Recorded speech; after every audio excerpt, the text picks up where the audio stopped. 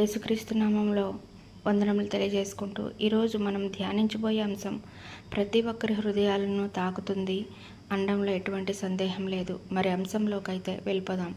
యేసుక్రీస్తు గెత్సెమనే తోటలో ఉన్నప్పుడు తన శిష్యులను చూచి గొర్రెల కాపరిని పట్టుకుంటారు, గొర్రెలన్నీ చెదిరిపోతాయి, ఈ రాత్రి మీరు నన్ను విడిచిపెట్టి పారిపోతారు అని అంటూ ఉండగా పేతురు, ప్రభువా వీళ్ళందరూ పారిపోతారేమో కానీ నేను మాత్రం నిన్ను విడిచి పారిపోను, ప్రాణమైనా నీ కోసం దారిపోస్తాను, కానీ నిన్ను విడిచిపెట్టి వెళ్ళను అని ఎంతో కాన్ఫిడెంట్గా చెప్పినప్పుడు అప్పుడు యేసు, ఈ రాత్రి కోడి కోయిక మునుపు యేసు ఎవరో నాకు తెలియదు అని నీవు అబద్ధం చెప్తావు అని చెప్పగా వెంటనే పేతురు, లేదు ప్రభువా నేను అలా అనను అని బదులిచ్చిన యేసుక్రీస్తు అప్పగించబడి కొనిపోబోతుండగా పేతురు దూరం నుంచి యేసును వెంబడించి ఆ తర్వాత యేసు చెప్పిన విధముగానే యేసు ఎవరో నాకు తెలియదు అని 3 సార్లు అబద్ధం చెప్పెను.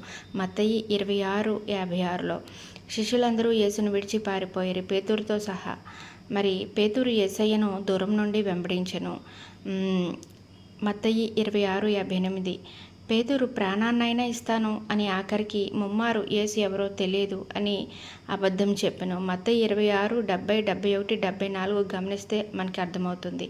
పేతురు తన బలహీనత, తన లోపమేమిటో గ్రహించకుండా బహు కాన్ఫిడెంట్తో ఎంతో అంటే అందరికన్నా తన నమ్మకస్తుడు అన్నట్టుగా మాట్లాడతాడు.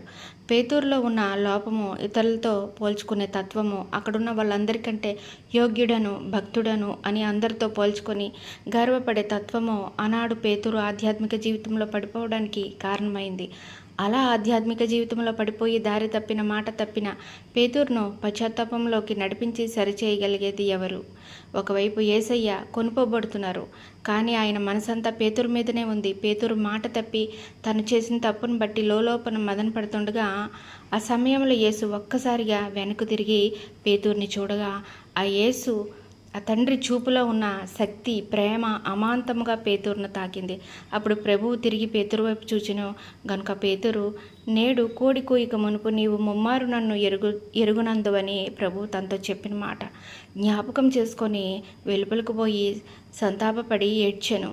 లూకా 22:61-63 యేసుక్రీస్తు చూపులో ఉన్న ప్రేమ పేతురును తాకగా పేతురు, అయ్యో ఎంత ఘోర పాపిని నేను, ఎంత తప్పు చేశాను, యేసు ఎవరో తెలియదని అబద్ధం చెప్పానని పశ్చాత్తాపడ్డాడు. గమనించండి, యేసుక్రీస్తు అద్భుతమైన దేవుడు. తన బిడ్డలు తప్పు చేస్తున్నప్పుడు, దారి తప్పినప్పుడు, వెనకంజ వేసినప్పుడు వారిని సరిచేయడంలోనూ, దారిలో పెట్టడంలోనూ, ముందుకు నడిపించడంలోనూ యేసుకు సాటి అయిన వారు మరొకరు లేరు. మరణానికి అప్పగింపబడుతూ కూడా పేతురు గురించి ఆలోచించిన యేసయ్య ఇప్పుడు మన గురించి కూడా ఆలోచిస్తారు కదా.